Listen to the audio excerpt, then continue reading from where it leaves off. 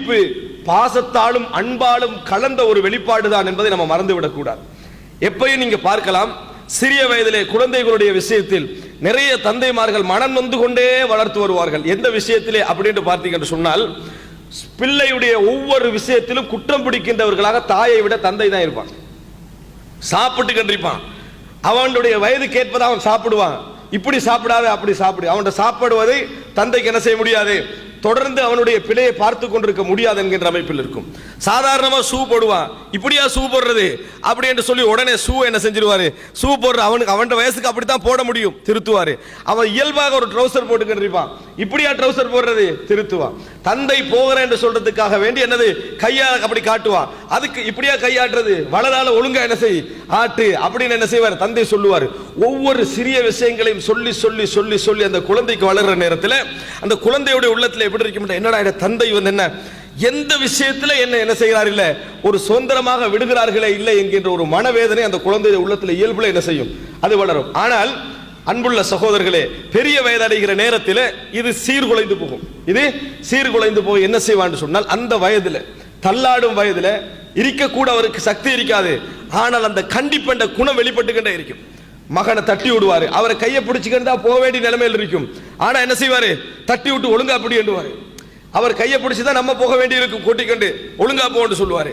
இந்த இடத்துல சீட்டை போட்டு வச்சுக்கிறேன், அந்த இடத்துலையும் கூட என்ன செய்வாரு, அந்த கௌரவம் அந்த கண்ணியம் என்ற அந்த கண்டிப்பான தோரணைகள் அவரது வாயிலிருந்து வெளிப்படும். ஒரு நல்ல சிறந்த மகனாக இருந்தால், ஒரு நல்ல மார்க்க விஷயங்களை புரிந்த ஒரு மகனாக இருந்தால், தந்தை எந்த இடத்திலெல்லாம் கண்டிப்பு என்ற தோரணையில் எடுத்தெறிந்து வயதான பின்னால் நடக்கிறாரோ அந்த இடங்கள் எல்லாம் என்ன நினைப்பான் தெரியுமா, இந்த கண்டிப்பு தான் என்னை நல்ல மனிதனாக இங்கே உருவாக்கி இருக்கிறது அப்படின்னு நினைப்பான். இந்த தந்தை அப்படி தவறாக வெளிப்படுகிறதே, தலைகீழாக வெளிப்படுது. இந்த கண்டிப்பு என் தந்தையிடத்திலே இல்லாமல் இருந்தால் நான் இன்றைக்கு இப்படி ஒரு கட்டுப்பாடு உள்ள ஒரு மனிதனாக நான் உருவாகி இருக்க மாட்டேன். நான் அந்த கட்டுப்பாடு உள்ள ஒரு மனிதனாகவும் இன்றைக்கு ஒரு ஒழுங்கு சட்டம் என்கின்ற அடிப்படையில் என் குழந்தைகள் இப்படித்தான் வளர வேண்டும் என்று பார்க்கக்கூடிய ஒரு மனிதனாகவும் நான் உருவாக்கப்பட்டிருக்கிறேன் என்றால், வெறுமனே அன்பும் வெறுமனே பாசமும் என்னிடத்தில் காட்டப்பட்டிருந்தால் ஒரு சிறந்த பிள்ளையாக நான் என் பிள்ளைகளை கூட என்ன செய்ய முடியாது, உருவாக்க முடியாது என்பதை ஒரு நல்ல ஒரு மகனாக இருந்தால் அந்த இடத்திலே வைத்து பார்ப்பான் என்பதை நம்ம புரிந்து கொள்ள வேண்டும். அன்புள்ள சகோதரர்களே, அல்லாஹு தாலா எப்படி வைத்திருக்கிறார் என்று சொன்னால், காணாமல் போன ஒரு மகன் திரும்பி கிடைக்கிற நேரத்தில், அந்த மகனை காணுகிற நேரத்தில் தந்தைக்கும் அதே கவலையும் அதே பாசமும் பொங்கும், தாய்க்கும் அதே கவலையும் பாசமும் பொங்கும். ஆனால் ஓடோடி சென்று அணைப்பவளாக தாய் இருப்பால், அவர்கள் இருவரும் அனைத்து மகிழ்ந்து கண்ணீர் வடிப்பதை பார்த்து மகிழ்வனாக தந்தை இருப்பான். இதுதான் அல்லாஹ் தஆலா இந்த உலகத்தில் என்ன செய்திருக்கிறார், வைத்திருக்கிறார். அதை பார்த்து மகிழ்ந்து அதற்காக வேண்டி ஒரு சொட்டு கண்ணீர் வடிக்கின்றவனாக தந்தை இருப்பானே தவிர, அவனால் போய் ஓடி போய் அனைத்து தாய் போல அவனால் என்ன செய்ய முடியாது, அழ முடியாது. அந்த இயல்போடு அல்லாஹ் அவனை படைத்திருக்கிறான். ஆனால் அதற்காக வேண்டி உள்ளத்திலே எந்த விதமான பாசம் அவனுக்கு இல்லை என்பது அர்த்தம் அல்ல. கடைசி நிமிடம் வரைக்கும் குழந்தை மீது உள்ள அன்பும் பாசமும் தந்தையுடைய உள்ளத்திலே இருந்து கொண்டிருக்கும். தாய்க்கு அல்லாஹு தாலா எந்த இடத்திலும் பகிரங்கமாக வெளிக்காட்டக்கூடிய மன இயல்பை கொடுத்திருக்கிறான். ஆனால் தந்தைக்கு அல்லாஹு தாலா அந்த இயல்பை என்ன செய்யவில்லை, கொடுக்கவில்லை. தந்தைக்கு அல்லாஹு தாலா அந்த இயல்பை கொடுக்கவில்லை என்பதை நம்ம வரலாறு ஃபுல்லாக என்ன செய்கிறோம், நம்ம பார்க்கிறோம். எனவே அன்புள்ள சகோதரர்களே, எந்த அளவுக்கு தாய்மார்கள் அழுவது இயல்பாக இருந்தது. ஆனால் ரசூலுல்லாஹி ஸல்லல்லாஹு அலைஹி வஸல்லம் அவர்கள் அழுதவுடன் என்ன கேட்டார்கள், தபுக்கி, அல்லாஹ்வின் தூதரே நீங்கள் அழுகிறீர்களா என்று கேட்டார்கள். அல்லாஹ்வின் தூதரே நீங்கள் அழுகிறீர்களா என்று கேட்டார்கள். எனவே அன்புள்ள சகோதரர்களே, முதல் அம்சமாக புரிந்து கொள்ள வேண்டும், தந்தை இடத்திலே இருக்கக்கூடிய அந்த கண்டிப்பு, அது அதாவது வயதடைகிற நேரத்தில் தவறாக வேறு வேறு விதமாக எல்லாம் என்ன செய்யும், வெளிப்படக்கூடிய வாய்ப்பு இருக்கும். அவைகளெல்லாம் கண்டிப்பின் மறு வடிவங்கள் தான் அந்த வயதிலே என்ன செய்கின்றன, வெளிப்படுகின்றன. அல்லாஹ் தஆலா எப்படி அந்த பெற்றோர்களை பார்த்து சீ என்ற வார்த்தை கூட நீ சொல்லாதே என்று சொன்னார்களோ, அந்த விஷயங்களை அந்த இடத்துல என்ன செய்ய வேண்டும், நாம் ஞாபகத்திலே வைத்துக் கொள்ள வேண்டும். இது முதலாவது அம்சம். இதனால் தான் ரசூலுல்லாஹி ஸல்லல்லாஹு அலைஹி வஸல்லம் அவர்கள் சொன்னார்கள், ஃபஇன்னல் வாலித் அவ்ஸது அப்வாபில் ஜன்னah. ரசூலுல்லாஹி ஸல்லல்லாஹு அலைஹி வஸல்லம் சொன்னார்கள், தந்தை என்ற வார்த்தையை ரசூல் ஸல்லல்லாஹு அலைஹி வஸல்லம் உபயோகிக்கிறார்கள். அல் வாலித் என்பது பெற்றோர்களுக்கு முழுமையாக சொல்லக்கூடக்கூடிய ஒரு அரபி வார்த்தையாக இருந்தாலும், வாலிதுக்குரிய தனிக்கருத்தாக நம்ம எடுத்தோம் என்று சொன்னால் அது தந்தை என்ன செய்கிறது, குறிக்கிறது. தந்தை சொர்க்கத்தின் நடு வாசல் என்று ரசூலுல்லாஹி ஸல்லல்லாஹு அலைஹி வஸல்லம் அவர்கள் சொல்லி காட்டினார்கள். எந்த அடிப்படையை வைத்து சொல்லியிருப்பார்கள், ரசூலுல்லாஹி ஸல்லல்லாஹு அலைஹி வஸல்லம் தந்தை என்று சொர்க்கத்திலே ஒரு வாசல் கிடையாது. சொர்க்கத்துக்கு போக உனக்கு முதல் காரணமாக இருக்கக்கூடியவர் யாராக இருப்பார்? தந்தையாகத்தான் இருப்பார். உன் வழிகேட்டுக்கும் தவறுக்கும் முதல் காரணமாக யார் இருப்பார்? தந்தை தான் இருப்பார் என்பதனால தான் ரசூலுல்லாஹி ஸல்லல்லாஹு அலைஹி வஸல்லம் அல் வாலித் அவ்ஸத்து அப்வாபில் ஜன்னா என்று சொன்னார்கள் என்ற செய்தியை பார்க்கிறோம். ஆக அன்புள்ள சகோதரர்களே, கண்டிப்பு என்பது எதிர்காலத்திலே பெரிய வயதிலே எல்லாம் வெளிப்படுகிற நாங்கள் ஒவ்வொரு தந்தைமார்களாக இருக்கக்கூடிய நாங்கள் எங்களை சிந்தித்து பாருங்கள். நம்ம எதிர்காலத்தில் நம்மகிட்ட இருக்கக்கூடிய கண்டிப்பு வேறு வடிவத்திலே வெளிப்பட்டால், நமது குழந்தை அதற்கு எதிராக ஒரு எக்ஷன் போன்று ரியாக்ஷன் போன்று நடந்தால், நமது உள்ளம் கடந்த கால அந்த அவர்களுக்கு செய்த அந்த உதவிகளை நினைத்து அவருடைய வளர்ப்பை நினைத்து எவ்வளவு வேதனைப்படும் என்று என்ன செய்துங்கள் நினைத்து பாருங்கள். முதலாவது அம்சம் சகோதரர்களே. இரண்டாவது, தந்தைமாருடைய விஷயத்தில் இஸ்லாம் நம்ம கவனிக்க தவறுகின்ற விஷயங்களை எல்லாம் ஒரு பொதுவாக சுட்டிக்காட்டுவதை பார்க்கிறோம். அதுல ஒன்றுதான் தந்தை எப்படி இந்த குடும்பத்தை வளர்த்தார், இந்த குடும்பத்திற்காக பொருளாதாரத்தை எப்படி செலவழித்தார், எப்படியெல்லாம் அவர் வாழ்ந்தார் என்பதை ஒரு மகன் மறந்து விடுகிறார். எந்த அளவுக்கு என்று சொன்னால், தந்தை வளர்ந்த பின்னால், அதாவது மகன் வளர்ந்த பின்னால் இயல்பாகவே குடும்பத்தில் யாருக்கு பொறுப்பு போய்விடும்? மகனுக்கு போய்விடும். மூத்த மகனுக்கோ இரண்டாவது மகனுக்கோ இளைய மகனுக்கோ பொறுப்பு போய்விடும். தந்தை இருக்க அந்த குடும்பத்தை கவனிப்பவராக யார் மாறுவார்? அந்த மகன் மாறுவார். அப்படி மாறுகிற நேரத்தில் எல்லாம் இவர் எப்படி சைத்தான் அவருக்கு ஒரு சிந்தனையை கொடுப்பான்னு சொன்னால், இதே தந்தை என்ன செலவை செய்தாரோ அதே செலவழிக்கக்கூடிய இடத்துக்கு ஒரு வருவார். குடும்பத்துக்கு ட்ரெஸ் வாங்குறா அவர்தான், உணவென்றால் அவர்தான், வீட்டுடைய கவனமெல்லாம் அவர்தான். இந்த இடத்துல இதுக்கு முன்னால் யார் இருந்தாரு? தந்தை. இப்ப இந்த இடத்துல யார் வந்திருக்கிறாரு? அவரது மகன்.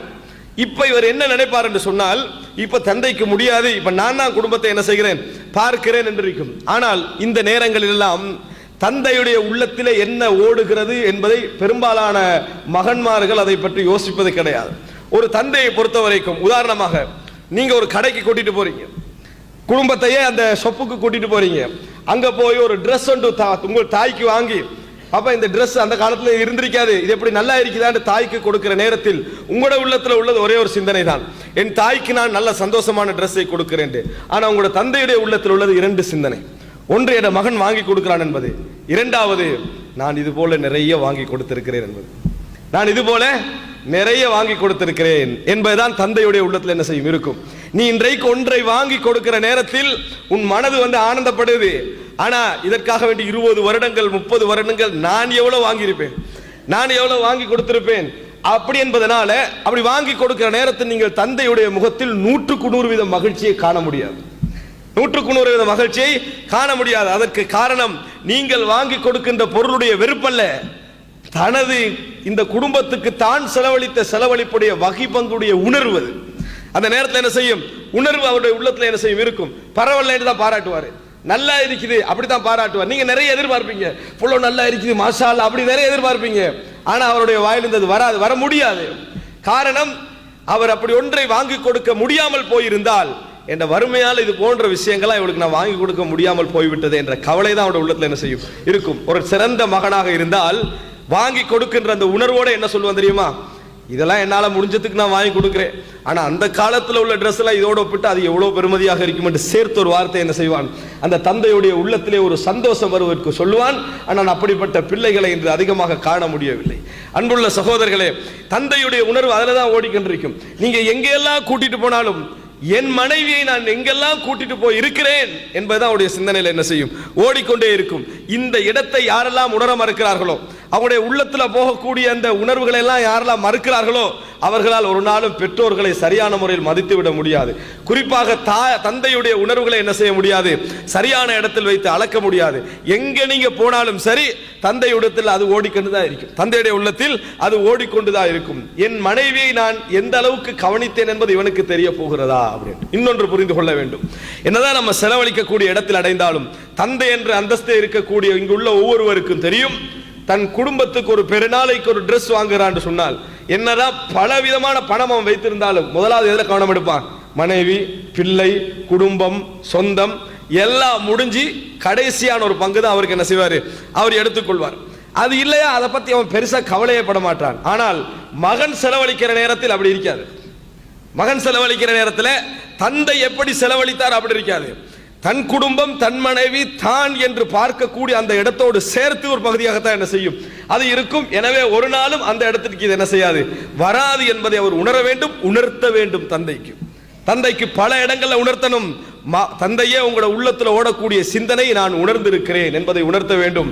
அப்ப நீங்க இதெல்லாம் நான் எவ்வளவு வாங்கி கொடுக்கிறேன், எனக்கு தெரியும், இதெல்லாம் நம்ம பணம் இருக்கிறதால வாங்குறோம். ஆனால் உங்களுக்கு கடமை என்ற நாள்ல நீங்க எவ்வளவு கஷ்டப்பட்டிருப்பீங்க இதெல்லாம் வாங்குறதுக்கு, இதெல்லாம் தேடுறதுக்கு எவ்வளவு கஷ்டப்பட்டிருப்பீங்கன்னு ஒரு வார்த்தை சொல்லி பாருங்கள். அந்த தந்தையுடைய முகத்துடைய மலம், அதாவது அந்த மலர்ச்சியை நீங்கள் காண முடியும். அந்த மலர்ச்சி என்ன செய்யும், காண முடியும். காரணம், ஒரு உண்மையிலே கஷ்டப்பட்டவர்.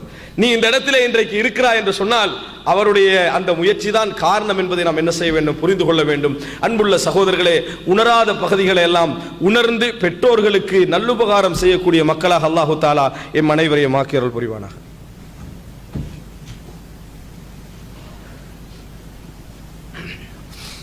إن الحمد لله نحمده ونستعينه ونستغفره ونعوذ بالله من شرور أنفسنا ومن سيئات أعمالنا من يهده الله فلا مضل له ومن يضلل فلا هادي له وأشهد أن لا إله إلا الله وحده لا شريك له وأشهد أن محمدا عبده ورسوله أما بعد. அன்புள்ள சகோதரர்களே, பெற்றோர்களுடைய விஷயத்தில், தந்தையுடைய அம்சத்தில் நாங்கள் கவனத்தில் கொள்ள வேண்டிய, நான் ஏற்கனவே சொன்ன இந்த இரண்டும் மிக முக்கியமானவைகள். அதோடு மூன்றாவதாக நாங்கள் கவனத்தில் கொள்ள வேண்டிய